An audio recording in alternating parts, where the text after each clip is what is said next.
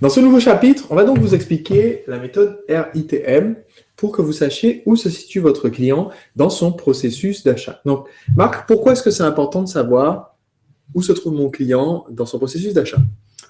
Alors, c'est important puisque si on ne le fait pas, la personne va avoir peut-être un blocage, un frein, une question qui reste en suspens et qui va la stopper totalement dans son processus. Elle va s'arrêter net. Soit elle va abandonner, soit elle va reporter l'achat, ou elle peut potentiellement même aller voir quelqu'un d'autre parce qu'elle a considéré qu'on n'a pas répondu à sa problématique et du coup, elle va voir un autre interlocuteur qui propose la même chose, un concurrent. Okay. Exactement.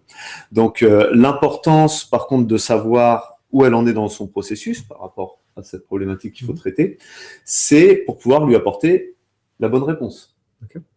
C'est tout simplement lui apporter la bonne réponse par rapport à, si elle en est au départ, au démarrage du processus, on ne va pas tout de suite lui proposer d'acheter. Ok, donc la personne qui me répond oui dans mon mail méthode BlackBerry par exemple, qui me dit oui je suis toujours intéressé, ça ne veut pas nécessairement dire oui je suis intéressé, j'ai ma carte bleue, je sais combien ça coûte et je suis prêt à acheter. Voilà, potentiellement c'est possible en soi, mais le fait d'avoir un contact justement avec cette personne, ça va pouvoir nous permettre de savoir où elle en est dans son processus et de lui apporter, de lui donner les informations et les ressources qui sont adaptées pour pouvoir lui permettre d'avancer. C'est pour ça qu'on appelle cette méthode la méthode rythme. C'est pour qu'il y ait toujours du mouvement et que, en fonction d'où on est positionné dans le processus, on avance toujours jusqu'au passage à l'action finalement, qui est la vente et qui va nous permettre d'utiliser le produit et de régler le problème. Parce que tout ce qu'on va faire avant cette partie-là va accompagner la personne, va l'aider à se rendre compte du problème, va l'aider à savoir qu'il existe des solutions, va l'aider à avancer, peut-être à faire des petits pas vers la résolution de ce problème. Mais là où on va vraiment pouvoir l'accompagner, c'est à partir du moment où il va utiliser le produit, parce qu'on sait que notre produit, il lui permet de régler ce problème-là. Donc voilà, c'est vraiment toutes ces étapes qui permettent d'avancer vers la résolution du problème. Et il faut savoir où la personne en est pour lui apporter la réponse adéquate, la réponse la plus précise. Donc, est-ce qu'il doit impérativement passer par chacune des 4 étapes que tu vas expliquer? Non, il ne doit pas forcément passer par chacune des 4 étapes, puisqu'on le verra dans un prochain chapitre. On a des incitations qu'on va inclure dans la machine à vendre, qu'on va inclure dans les différents toboggans à certains endroits, qui vont nous permettre d'inciter la personne à nous poser des questions. Et en fonction de ces questions, on va pouvoir justement voir où en est cette personne. Donc, l'idée, c'est de toujours arriver à l'étape finale, qui est le M, et qui est le passage à l'action vers la vente. Ensuite, en fonction d'où en est la personne, on a un contact particulier avec elle. Alors, donc, s'il y a 4 étapes, quelles sont ces 4 étapes? Alors, les 4 étapes, c'est tout d'abord, R, c'est les ressources. En quelques mots, c'est quoi? Alors, pourquoi les ressources? Puisque ça, c'est pour une personne qui va être vraiment au démarrage. Cette personne est à l'entrée de votre machine à vendre, elle a entendu parler de vous, elle a pu lire un article, elle a pu voir une vidéo, elle a pu écouter un podcast, et l'idée, c'est d'avoir un contact avec elle pour lui apporter des ressources complémentaires en fonction de son problème propre. Parce que, comme on l'a vu dans l'introduction, l'idée du contact commercial, il est de personnaliser l'échange. Il est d'apporter une dimension beaucoup plus personnelle par rapport au cas de l'interlocuteur, de l'acheteur, du prospect. Et du coup, là, l'idée dans cette phase de ressources, ça va être de lui apporter la bonne vidéo, de le mettre dans le bon toboggan, de lui faire lire, de lui envoyer le bon article qui va pouvoir déjà l'aider, qui va pouvoir déjà l'éduquer par rapport à son problème parce qu'il en est au stade de démarrage. Donc là, comment est-ce que je décèle qu'un prospect, je démarre la conversation avec lui, comment je décèle qu'il en est à ce stade? Alors, il en est à ce stade parce qu'il a un problème. Il a un problème, il nous connaît peut-être, il a vu des articles, des choses comme ça, mais il sait pas forcément voilà, par où commencer. Ok. Il sait pas par où commencer. Et du coup, en creusant un petit peu dans la conversation, on va pouvoir l'orienter vers la bonne ressource.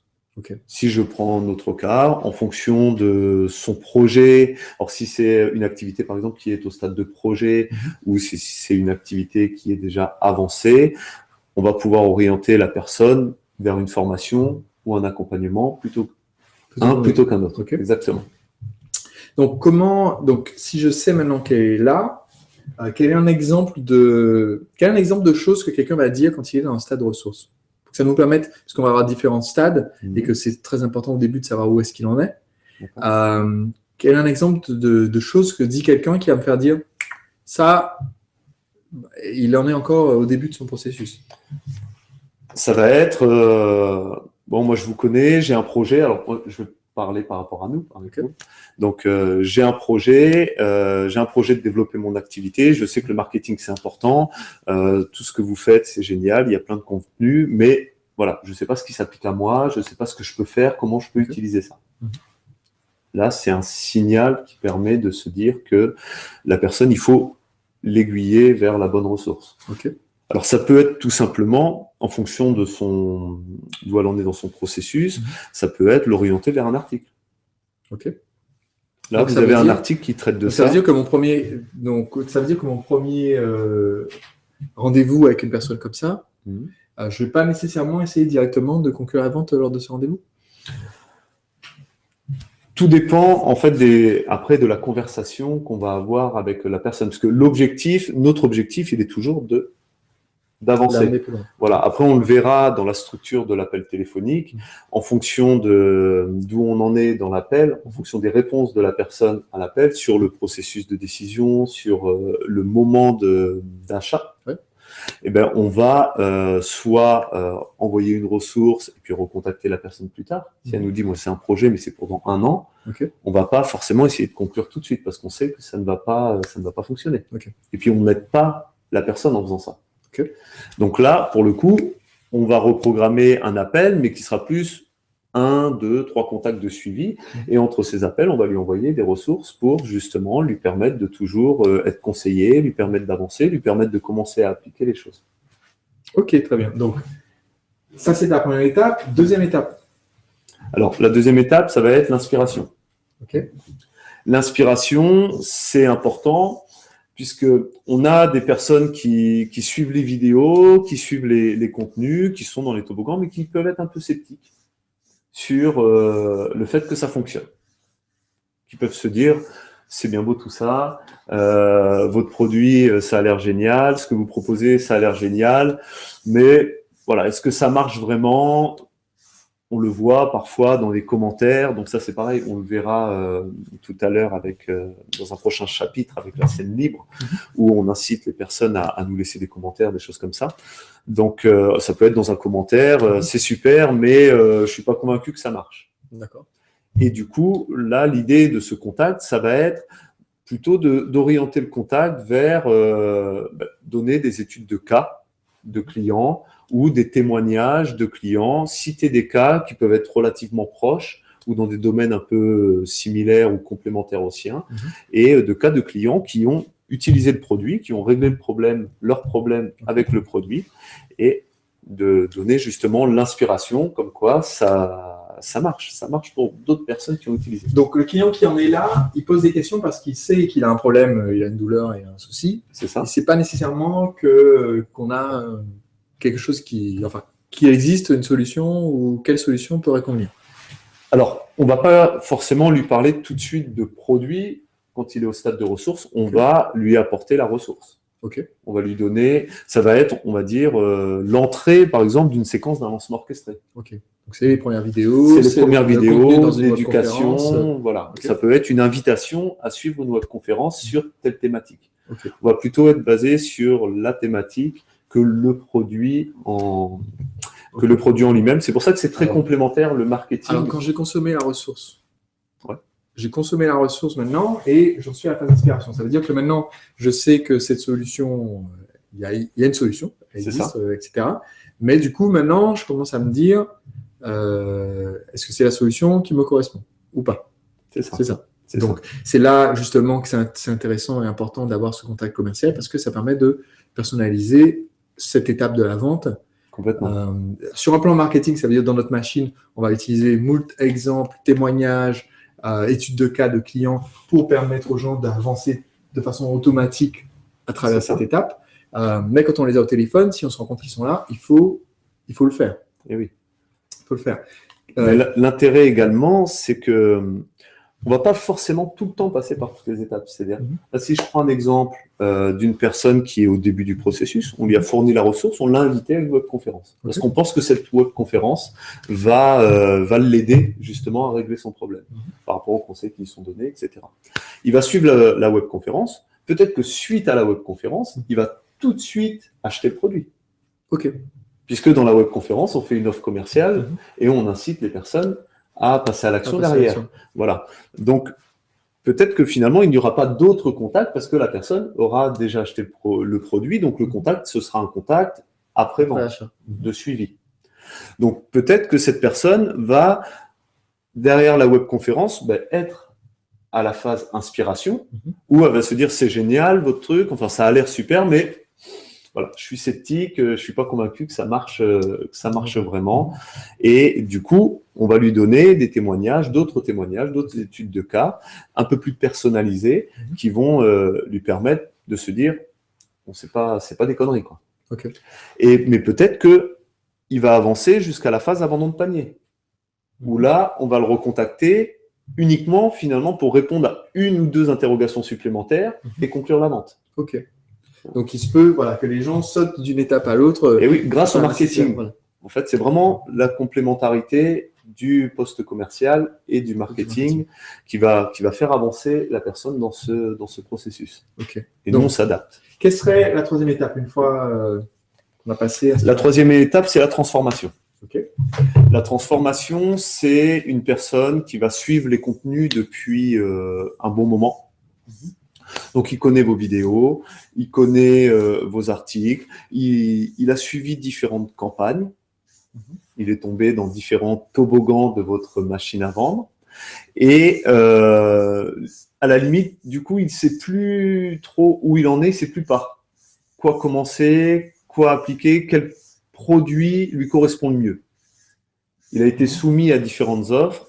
Et du coup, il ne sait plus le produit qui lui correspond le mieux, toujours à son cas particulier. Et là, la transformation, c'est l'idée de lui proposer justement une séance de coaching pour lui permettre de tout de suite identifier déjà ses objectifs, ses propres objectifs, identifier ses propres forces, ses propres faiblesses et pouvoir mettre en place un premier plan d'action tout de suite. Donc là, quand tu parles d'une séance de coaching, c'est pas uniquement dans le cas. Alors, quand on vend, si votre société vend du coaching, donc ça serait une séance de coaching un peu d'introduction gratuite qui sert à vendre après d'autres coachings. Complètement. Si vous vendez des produits intangibles comme de la formation, c'est une séance de coaching qui permet de mettre en application les conseils qui vont être donnés après, ou du moins d'être prêt à les mettre en application. Mais même si vous vendez un autre type de produit ou de produit physique, vous n'allez pas nécessairement appeler ça un coaching, donc ça ne va pas être nécessairement le coaching jardinage, pour vendre des outils, mais ça va être une séance de conseil en fait. C'est ça. Donc en fait, on va lui offrir une séance de conseil qui est en fait une partie de notre processus de vente. Qui est en fait, c'est pas une session, c'est pas une session de formation, c'est pas une session. C'est pas juste une conversation, c'est vraiment permettre d'identifier la problématique propre à cette personne, d'identifier où elle veut aller et de lui donner. Le fait d'identifier, ça va permettre déjà, nous, de savoir quelle formation. Alors, moi, si je prends notre cas, mais pour vous, ça va être quel produit dans votre gamme est le plus adapté à cette personne. Et l'idée de cette séance, c'est déjà de lui donner un premier plan d'action pour utiliser, pour aller régler son problème. Qu'est-ce qu'il peut faire tout de suite, une fois qu'on a raccroché le téléphone? Donc, ça va l'aider, ça va lui permettre d'avancer. Et du coup, ça va renforcer la relation qu'on va avoir également avec lui. Et à la limite, suite à la séance de coaching, bien entendu, on va lui proposer d'avancer dans le processus. Donc en fait, cette phase-là, elle est elle est facultative, entre guillemets, parce que quand j'ai donné les ressources d'inspiration, beaucoup de clients passeront directement à la suite et sont prêts à acheter. Complètement. Et là, c'est pour ceux qui, du coup, ayant reçu plein de ressources d'inspiration, sont un petit peu perdus, C'est ça. se demandent, bah, OK, mais là, il faut que je fasse quoi? Que là, on propose ça, cette option qui est ce coup de fil qu'ils ont, donc c'est un autre coup de fil, qui est structuré d'une façon à savoir quels sont leurs objectifs, la transformation qu'ils veulent accomplir, C'est ça. pour lier cette transformation au produit et les amener du coup à passer à l'action. Voilà, vraiment, l'objectif, c'est qu'il y ait un premier plan d'action. On va toujours aller vers le passage à l'action, vers l'achat. On va toujours aller vers la vente. Mais si la personne, pour X raisons, ne veut pas acheter le produit, elle pourra toujours, suite à la séance de coaching, elle a un plan d'action qu'elle peut tout de suite appliquer pour avoir les premiers résultats. Ok, donc le but de ça, c'est de leur donner un plan d'action. Maintenant, quelle est la phase suivante? Alors, la phase suivante, c'est le mouvement. On a appelé ça le mouvement puisque c'est la phase de passage à l'action. C'est la phase où finalement, on conclut la vente. Conclure la vente, c'est vraiment l'étape qui est indispensable, qui vous fait sortir du côté promotion de votre offre, promotion de votre produit, pour permettre à la personne de vraiment utiliser le produit et régler son problème. Parce que clairement, si elle n'achète pas, s'il n'y a pas de conclusion, s'il n'y a pas de vente, la personne ne va pas pouvoir régler le problème. Vous n'apportez pas réellement de valeur jusqu'à cette phase-là. Donc là, on est dans la phase de conclusion. Ok, donc ça c'est indispensable parce que s'il n'y a pas de mouvement, s'il n'y a pas l'échange d'argent contre produit, c'est ça. Vous ne mettez pas de pain sur la table, vos enfants n'ont pas de quoi manger et votre client de son côté n'a pas réglé son problème non plus. Et oui, c'est ça. Il a beau savoir que votre produit est génial, ça ne règle pas son problème. Et si vous pouviez, vous aussi, devenir un entrepreneur libre? Mon entreprise réalise environ 1 million d'euros de chiffre d'affaires par an et je la gère en travaillant seulement un jour par semaine, le jeudi. Comment est-ce que vous pourriez, vous aussi, avoir un système marketing qui vend vos produits et services en automatique sans votre présence constante? C'est ce que j'explique dans ce livre, Le secret des entrepreneurs libres. Vous allez y découvrir les techniques utilisées par mes clients dans 25 secteurs d'activité différents et vous pouvez en ce moment recevoir le livre et le lire et décider seulement après si vous souhaitez le payer. Allez sur entrepreneurlibre.com/livre afin de le recevoir, le lire et me dire si vous pensez qu'il en vaut le prix. Plus de 15 000 entrepreneurs en ont déjà profité et j'aimerais que ça soit votre tour. Donc entrepreneurlibre.com/livre.